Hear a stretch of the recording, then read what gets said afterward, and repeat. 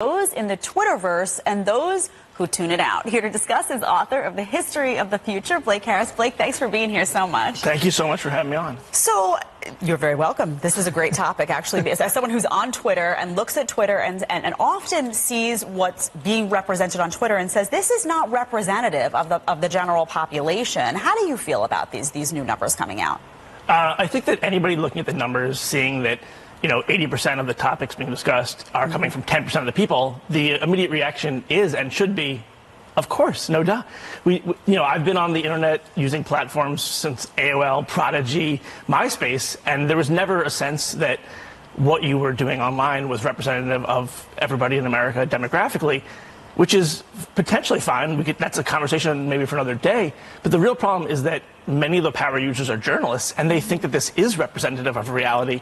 And they are not only living in this bubble, but pushing it forward by pushing even more and more extreme views because they think that, of course, this is what everybody thinks. So is that why it's being elevated, do you think? Because journalists make it so prevalent, because a lot of journalists go there, that's the space where they exchange ideas, and now you have politicians going out there and looking at these social media outlets and thinking, oh, this is how the general public feels inaccurately, when in fact there's a whole country out there that does not feel that way, that Twitterverse or Instagram or whatever it may be is not representative of how they actually feel and where they stand on the issues. Absolutely. It just creates a feedback loop.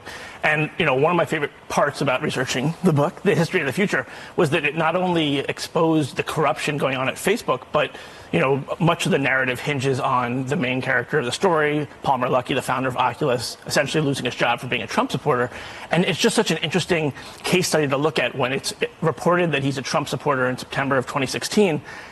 The difference between what was happening on Twitter versus what was actually happening in the country and what was actually even happening privately with messages he received is so stark. Mm-hmm. And it also bends towards sensational. Like, for example, a few very small game developers said that they were going to boycott Oculus because Palmer was a Trump supporter.